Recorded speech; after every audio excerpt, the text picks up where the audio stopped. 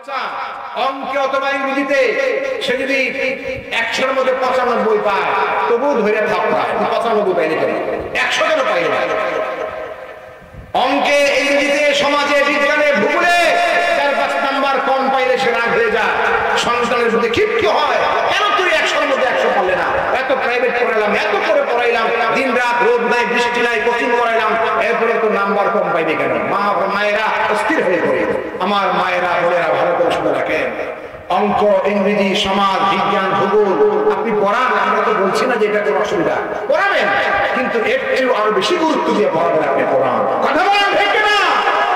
এর চেয়েও বেশি গুরুত্ব দিয়ে যদি আপনি কোরআন শেখাতে পারেন আপনার সন্তানকে, তাহলে দেখবেন এই দেশ এই সমাজে আল্লাহ রহমত দিয়া বরকত দিয়া দেশটাকে আল্লাহ ভালো দিবেন। সুবহানাল্লাহ বলে ওয়ালাউ আন্না আহলাল কুরা আমানু ওয়াত্তাকাউ লাফাতাহনা আলাইহিম বারাকাতিন মিনাস সামাই ওয়াল আরদ ওয়ালাকিন কাযযাবু ফাআখাযনাহুম বিমা কানু ইয়াকসিবুন। আল্লাহ বলেন, যদি দুনিয়ার মানুষ একটা এলাকার জনপদের বসতির কথা বাসিন্দাদের কথা আল্লাহ বলতে গিয়ে বলছে, এই জনপদের বাসিন্দারা সবাই যদি ঈমানওয়ালা হয়ে যেত আর নেক আমলওয়ালা হয়ে যায়, আমানু ওয়াত্তাকাউ তাকওয়াওয়ালা হয়ে যায়, অর্থাৎ এক কথায় কোরআনওয়ালা যদি হয়ে যায়, যাদের মধ্যে কোরআন থাকে তারাই ঈমানদার হয়, তারাই মুত্তাকি হয়, কোরআনের শিক্ষা শিক্ষিত যদি হয়ে যায়, আল্লাহ পাকের ওয়াদা আছে, আল্লাহ বলেন ওই জাতির জন্য, ওই কওমের জন্য, ওই এলাকার মানুষের জন্য আসমান জমিনের বরকতের সমস্ত দরজাগুলি আমি আল্লাহ খুলে দেব। সুবহানাল্লাহ বলেন। আল্লাহ পাকের ওয়াদা হলো আসমান জমিনের বরকতের সমস্ত দরজা আল্লাহ খুলে দিবেন। বিজাতিদের কাছে, বিদেশীদের কাছে হাত না পাইতাও আল্লাহ এমন সব, আপনি দেখেন আজকে আফগানিস্তানের খবর নিয়ে দেখেন, বেশি দূরে যাওয়ার দরকার নাই, ওই দেশ যুদ্ধ মানে বিধ্বস্ত একটা দেশ, নানা রকমের বছরের পর বছর যুগের পর যুগ হাজার হাজার টন বোমা ফেলাইয়া দেশটাকে ধ্বংস করে দিয়েছে। আমেরিকা রাশিয়া একটার পর একটা উপর অত্যাচার করছে, কিন্তু তারা সব কিছু মরতে রাজি, কিন্তু ঈমান ছাড়তে রাজি না। মরতে রাজি, হাজার হাজার লাখ লাখ জীবন দেয়া দিছে, আল্লাহর কোরআন থেকে চুল পরিমাণ দূরে সরতে রাজি না। আর এই জীবন দেওয়ার পরে, রক্ত দেওয়ার পরে, এত কিছুর পর, এত জুলুমের পরেও তারা যখন মজবুতের সাথে, দৃঢ়তার সাথে ঈমানের উপর টিকে থাকার তারা প্রতিজ্ঞা করেছে এবং তার উপর টিকে থেকেছে, তারা জীবনের সবকিছুর বিনিময় হলেও তারা এটা বলেছে যে আমরা ঈমান থেকে এক চুল পরিমাণ দূরে সরে যাব না। যখন এই অবস্থা, আল্লাহ তাদেরকে বিজয় দিয়েছেন। বিজয় দিয়েছেন কি দেন নাই? আস্তে আস্তে বলেন কেন, বিজয় দিয়েছেন কি দেন নাই? পৃথিবীর পরাশক্তি, বর্তমান দুনিয়ার সবচেয়ে বড় শক্তি আমেরিকা, এর আগে রাশিয়া, সবাই পালাতে বাধ্য হয়েছে, তাদের সাথে পেরে ওঠে নাই, তারাই বিজয়ী হয়েছে। এবং ওই দেশে যেখানে মানুষ, পৃথিবীর মানুষ মনে করেছে না খায়া মরবে, দুর্ভিক্ষ দেখা দেবে, এদেরকে নানা রকমের এদের উপর আপনার শর্তারোপ করা হয়েছে, বিভিন্ন রকমের বিভিন্ন দিক থেকে কন্ডিশনের মধ্যে রেখে এদেরকে ব্যবসা বাণিজ্য সব দিক থেকে বন্ধ করে দিয়ে এদের না খেয়ে মরে সেরকম ব্যবস্থা দুনিয়ার বড়রা সবকিছুই করেছে।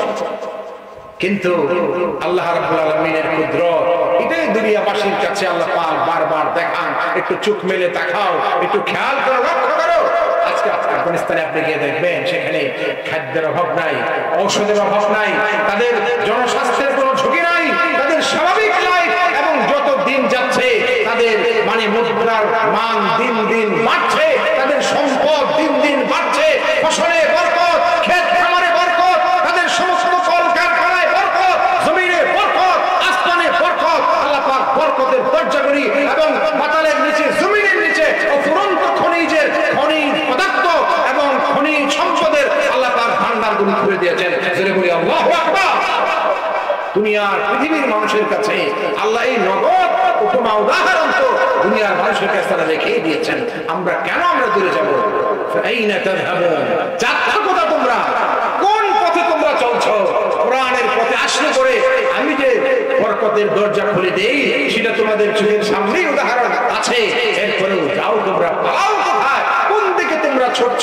হে দুনিয়ার মুসলিম যুবকরা, হে মুসলিম নারীরা, মুসলিম বিভিন্ন বয়সের দিনদার ভাইরা, আল্লাহর কোরআনের পথ থেকে তোমরা কোন দিকে ছুটে চলছো? যেতে চাও কোথায়? আসো কোরআনের পথে চলে আসো, আসো কোরআনের ছায়া চলে আসো, আসো তোমরা জিলালের কোরআন, কোরআনের ছায়ার নিচে চলে আসো। সবাই ঐক্যবদ্ধ হও, আর বিভক্তি নয়, আর এত ভেদাভেদ নয়। আল্লাহ বারবার বলছেন এত বিভক্তি না, একসাথে হও। ইয়া আইয়ুহাল্লাযীনা আমানু ইত্তাকুল্লাহ হাক্কা তুকাতিহি ওয়া লা তামুতুন্না ইল্লা ওয়া আনতুম মুসলিমুন ওয়া তাসিমু বিহাবলিল্লাহি জামিআ ওয়া লা তাফাররাকু। ঈমানদাররা, আসো সবাই আল্লাহকে ভয় করো, আর একসাথে হয়ে আল্লাহর রজ্জুকে আঁকড়ে ধরো, আলাদা হয়ে যেও না, বিচ্ছিন্ন হয়ে যেও না। এই কথা যে এই আয়াতের তরজমা আমরা সবাই জানি, এটা কি কিয়ামত পর্যন্ত খালি শুনবই নাকি মানার জন্য? এটা আপনারা কথা বলেন, শোনার জন্য নাকি মানার জন্য? আমরা আল্লাহর নির্দেশকে মানার জন্য কারা কারা তৈরি আছে হাত তুলে দেখায়। দুনিয়ার মুসলমান, বাংলার 11 কোটি মুসলমান আল্লাহর কোরআনের রজ্জুকে আঁকড়ে ধরে সবাই ঐক্যবদ্ধ হওয়ার জন্য তৈরি হও। আল্লাহ তৌফিক দেন বলে আমিন। আমাদেরকে ঐক্যবদ্ধ হতে হবে, ভেদাভেদ ভুলে গিয়ে কোরআনকে আঁকড়ে ধরে দুনিয়ার বাংলাদেশের সমস্ত মুসলমানকে ঐক্যবদ্ধ হওয়া লাগবে। আল্লাহর রহমতের দরওয়াজা, আল্লাহ পাকের বরকতের দরজাগুলি আল্লাহ আমাদের জন্য উন্মুক্ত করে দেবেন, এই ওয়াদা আমাদের জন্য আছে। বলছিলাম সেই কথা, আমাদের সন্তানদের কোরআন শেখাতে হবে। এই জন্য সাহাবায়ে কেরাম রাদিয়াল্লাহু আনহুম সেই বাদশা নাজ্জাশীর সামনে বললেন, একজন সাহাবী দাঁড়ালেন, হযরত জাফর বলেন, আমি শোনাবো তোমাকে কোরআন, তুমি শুনবে বাদশা জাহান। তোমার নবীর কাছে যে কোরআন অবতীর্ণ হয়, যে কোরআন শুনে শুনে তোমরা তোমাদের বাপ দাদার ধর্ম ত্যাগ করেছ, তোমরা সম্পদ ত্যাগ করেছ, পরিবার পরিজন আত্মীয় স্বজন জীবনের সমস্ত মায়া সবকিছু ত্যাগ করে আল্লাহর প্রতি হিজরত করে মক্কা থেকে আবিসিনিয়ায় চলে আসছো। কি সেই কোরআন, কি সেই জাদু এর মধ্যে আছে? আমি একটু শুনতে চাই, তোমার কাছে কি আছে সেটা? তোমার নবীর কাছে যে কোরআন অবতীর্ণ হয়, সেই কোরআনের কিছু অংশ তুমি কি আমাকে শোনাতে পারো? হযরত জাফর তাইয়ার রাদিয়াল্লাহু আনহু এবার পড়তে শুরু করলেন সূরা মারইয়াম থেকে। যেহেতু এরা খ্রিস্টান ছিল, খ্রিস্টানদের বিষয়ে হযরত মারইয়াম আলাইহিস সালাম এবং মারইয়াম আলাইহিস সালামের সন্তান ঈসা আলাইহিস সালাম সম্পর্কে আল্লাহ বিস্তারিত বর্ণনা দিয়েছেন সূরা মারইয়ামের মধ্যে। সে কারণে সেই সূরা থেকে পড়তে শুরু করলেন। হযরত জাফর বাদশার সামনে আল্লাহর কোরআনের সেই অংশ থেকে তিনি তিলাওয়াত করতে শুরু করে দিলেন।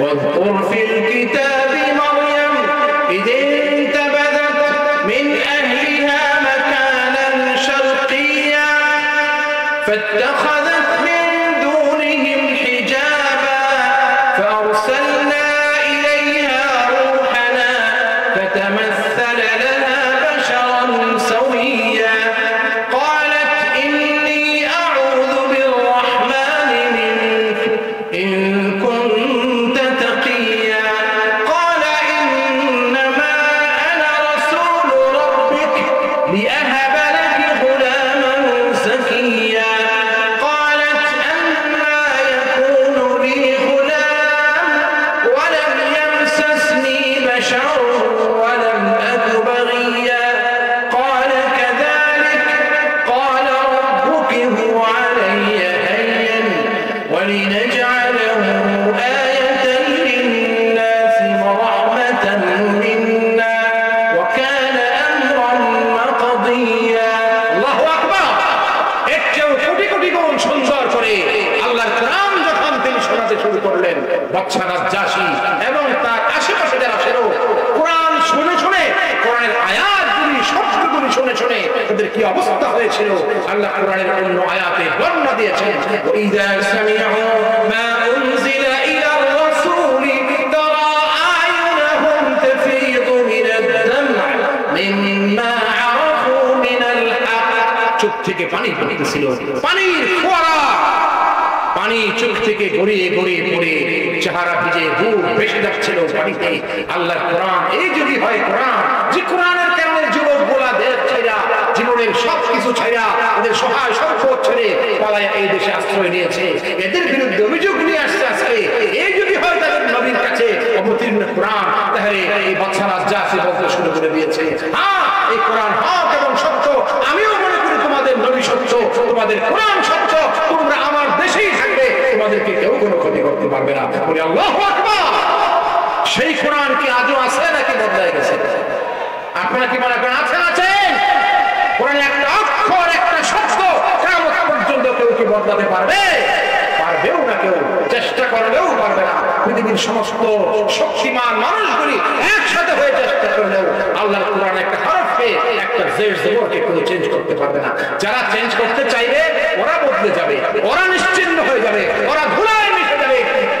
কোরআন থাকবে, কোরআন আছে এবং কোরআন থাকবে। আমার ভাইরা, কাজে আসুন, আমাদের একটাই আবদার আজকের এই মাহফিল থেকে, আমাদের আর এই ব্যাপারে কোনো উদাসীনতা, কোন রকমের গাফিলতি করা, এই ব্যাপারে আমাদের কোন রকমের কোন নিজেদের থেকে কোন মানে অবহেলা করা কোনোভাবেই সেটা উচিত নয়, কাম্য নয়, আমাদের জন্য শোভনীয় নয়। আমার সন্তানকে, আমার যুবক যুবতী, আমার ছেলেকে, মেয়েকে, আমার ভাইকে, আমার বোনকে কোরআনের তালিমটা দিতে হবে, কোরআনের সবকটা দিতে হবে। যারা শিশু, যারা বাচ্চা, যারা সহ্য করে আল্লাহ কোরআন শিখে প্রথমে, তারপরে কোরআনের অর্থ মর্ম বুঝে তারা যেন কোরআন ওয়ালা মানুষ হয়ে জীবন গড়ে এবং আল্লাহর কাছে আবরার যারা দুইটা শ্রেণী, একটা হলো আবরার আর একটা ফুজ্জার। ফুজ্জার হলো ইন্নাল ফুজ্জার লাফি জাহিম, এদের জন্য আল্লাহ জাহান্নাম প্রস্তুত করে রেখেছেন, আর ঈমানদারদের জন্য আল্লাহ রাব্বুল আলামিন জান্নাতের নিয়ামত রাজি আল্লাহ পাক প্রস্তুত করে রেখেছেন। সেই নিয়ামতগুলি দুনিয়ার মানুষ দেখে নাই। মালা আইনুন রাআত ওয়ালা উযুনুন সামিআত ওয়ালা খাতারা আলা কলবি বাশার, কোন চোখ দেখে নাই, কোন কান শুনে নাই, মানুষের অন্তর সেটা কল্পনা করেও সেই পর্যন্ত পৌঁছাতে পারবে না। সে আল্লাহ প্রদত্ত সেই মহা নিয়ামতগুলি আমাদের